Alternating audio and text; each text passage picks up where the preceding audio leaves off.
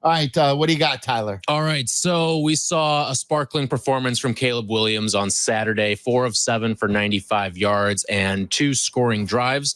Both resulted in field goals. For you guys, what was the best moment from Caleb Williams on Saturday? It was the first down conversion to DJ Moore. I agree. It was in the pocket, throwing the football, going, like as Waddle said, going through the progressions. But again, like fitting that football in. How many times did we say with Justin Fields, NFL, that's NFL open. Yes. That's NFL open. You've got to throw the ball when it doesn't look open, and you've got to fit that in. And you've got to place it in the right spot, which is low and inside, which is where the ball was delivered. And that was his first completion, his first third down conversion. Again, I don't know. Did we ever look up the odds with the percentages of 3rd and 12, a 3rd down and 12 conversion? The only ones I could find were from 2012. Yeah, that's a harder stat. Wow. Yeah. That's got to be what? What would you guys guess that to be? 20%? I said a little lower than that. In 2012, it was 18%. Yeah. I think I said between 17 and I think anytime 20%. you get like past or you get into 3rd and long, which is anything over 3rd and 6 and longer, those completion percentage drop precipitously. So, and again, like I was thinking, okay, they're going to throw like some sort of a swing pass here just to get him a completion, just to get some of the yards back and to pad the stats. And they're not going to throw for the sticks. But sure enough, they threw for the sticks. He made a great decision. And off we went with a drive that ended up being a scoring drive. Well, Silvy, that's what got me so excited. Travis Homer and Kari Blasingame are both open underneath, but like 10 yards short of the sticks. Caleb could have easily, and those are both, I think, his first and second read on a play, Waddle. You can correct me if I'm wrong, but they're both open. That may be a throw you make on 1st or 2nd down, but on 3rd down, precisely. And that to me is what's so encouraging is a lot of quarterbacks in the league, maybe not a lot, but there's plenty of quarterbacks, guys like Derek Carr, who will, or in the past, Alex Smith, they'll dump it off. They'll let the running back take the 7 or 8 yards. It looks good on the stats, but you're going to punt anyway. And he didn't do that. He threw it with the arm talent that he has into a tight window throw and got the first down. That to me is why I'm so excited. All right, the running back room made a lot of noise as well, both for better and for worse to a degree. But we saw the electric play from DeAndre Swift off of the screen pass, and then a couple of substitutions, including Ian Wheeler, who had himself a nice game as well with 2 touchdowns. And Wilbon loves him. Velus Jones scored a touchdown, but also had his fair share of bad moments as well. Is the running back room the most interesting one to monitor from a cut standpoint for the rest of the training camp and into the regular season? The most, it's one of, for sure, if not the most. I would still say the offensive line, because I don't know, like you may end up moving on from a guy you gave 3 years and $30 million to. I don't know will you bring somebody else in? They're going to have to cut somebody from the running back room. I'm not cutting Herbert. Like, again, I illustrated in crosstalk that a lot of games you need 3 running backs. And the Bears used all 3 running backs last year. Running backs go down. That's why running backs are important. I can't count on Velus Jones to catch. I think that's an important part of all this. It's a simple decision for me. I'm not keeping Velus Jones. He's got to catch the kickoff. Didn't he try and catch it above his head? And he fumbled it. He dropped it. And if you can't count on your special teams specialist to catch, why am I keeping him? Again, I'll try, and I don't think another team is going to sign him. If he really wants to develop him, put him on the damn practice squad. I don't care if anybody picks him up. No, neither do I. Yeah. I'm not running scared of it. I'm saying, but if you want to keep him, get him on the practice squad when nobody else, because now there are no rules with the practice squad. I think you could sign anybody, no matter how old you are. Put him on the damn practice squad. Yeah, but that's a great point, Silvy. He's in his 3rd year, and he's supposed to be a kickoff specialist. Yeah, and he can't catch. He's running out there trying to high point it instead of just letting it come into his bread basket like he's He's a kick returner. What are we doing? This is like a quarterback who can't throw. He looks like he's doing it for the first time. This is nothing new, fellas. This has been this way for going on 3 years now. And that's what makes it more maddening that we've all seen the signs, but because again, Ryan, and I love Ryan Poles, but he's got the soft spot for some of his guys where sometimes it takes him a little bit longer because they were his guys and he wants to see it through and he doesn't want him to turn into Cordero Patterson. Minnesota gave up on Cordero Patterson too early as a wide receiver. Then he turned out to be a dynamic player in the league. But sometimes that's going to happen. Like you can't sit around and just expect somebody to develop into something. Of course. You already moved off of Justin Fields. You're fine moving off of Velus Jones. Right. You're fine. Well, the one thing is you didn't draft Justin Fields. Somebody else did. There you go. There's another great example of that made it easier. So move off of him. You find running backs. You don't need to convert him into a running back. He ran for a touchdown, but any of those running backs could have ran for a touchdown on that play. Yes. He doesn't give you anything that somebody else can't give you. He's not Deebo Samuel. No. Stop. That's like because of the thickness of his body. That's what you're hearing. You hear he's physical. He could be like Deebo. He's not Deebo. No, he's not. That's silly. Whoever would say that is not watching football. All right, so the Bears have their joint practice this week with the Cincinnati Bengals, and there was Zach Taylor, head coach of the Bengals, speaking earlier today saying he isn't expecting his starters to play in the preseason game against the Bears. So the Bengals, in all likelihood, not going to see Joe Burrow, Jamar Chase, and anyone of significance from the Bengals this weekend. Mark Potash put out an article on the Sun-Times asking if the Bears need to see more from Caleb Williams because he doesn't have the quote-unquote rookiness that we would have expected to see from that first game. And you guys have both expressed your opinions saying that you would like to see him out there on Saturday against the Bengals. But I'm asking you guys to play prognosticator here. Will we see Caleb Williams on Saturday against the Bengals? Yes. I'll say yes as well, but I'm not confident. I'm not as confident. What percentage are you putting on it? 55%. Wow, you're only 55% confident. Yeah. What's yours, Silvy?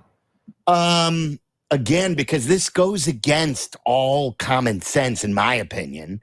You can't have a young team and a new offense for everybody. It's new for everybody. And a rookie quarterback. Chemistry with a new offensive line without some players playing in their normal position. You got Bates to play center. He's been forced to now play guard. You've got Shelton now back at center. Play them all together. Because of that, I'm saying they're going to be more common sense about this. So I'm 80% confident that they're going to play. 80% confident that they'll use common sense. Yes. That they learned from last year. That this isn't Getsy's second year. This isn't a veteran quarterback. I hope you're right. This isn't 2 practices against Indy. It's just 1 practice. So for all the variety of differences, you're not the Bengals. You've got to get them out there. You've got to practice football. We don't practice football enough. The way you get better at football is by playing football. Damn it. Get them. Again, I just don't understand how this is not computing. I can see, though. Can't you see Coach Cool saying? Coach Cool? Yeah. Is that your new nickname for him? I'm just saying, Coach Eberflus. Can't you just see him being swayed by what the Bengals are going to do?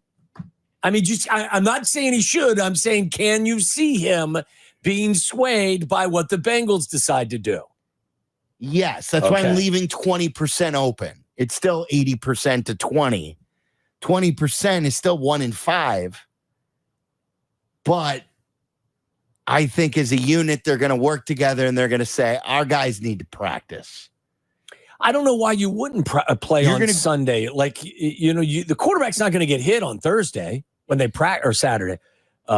Play on Saturday. He's not going to get hit on Thursday when the 2 teams practice against one another. So, like, that's not going to be a risk. What are we, 4 weeks away from the opener? When is the opener? Is it? It's the Sunday after Labor Day. The opener It's the 8th, is right? the 8th. So yeah, about 4 weeks. We're 4 weeks. I think it was 4 weeks from yesterday. And by the way, do you know that their final preseason game is the 22nd? So it's 2 weeks. It's 2 weeks from between, then. yeah. But so if they wouldn't, it was 4 weeks from yesterday. If they go from Saturday, that will be 4 weeks and a day without playing football for real. You can't do that. Yeah. And with that being your only experience, it's not like you've played 3 games and then you hung it up. You're going to play 1 quarter of football for a new offense with a rookie quarterback and say, that's it? We're good? No, I'm going to tell Zach Taylor, that's great that you guys are doing this, but my guys need the run. So but you I'm always say, mine. you do you. Right. We'll do us. Yeah. And we need the run. That's what I would say. But has it changed now where because you have that extra week off, do head coaches maybe play their starters in the final preseason game? You know what I'm saying? Unlike how they used to. Oh, so are you saying that they're going to play? 22nd, yes. Okay, well, if they play that last game and they play it. I think it depends on the team. Some guys aren't going to play their starting quarterbacks at all. Aaron Rodgers isn't going to get any snaps.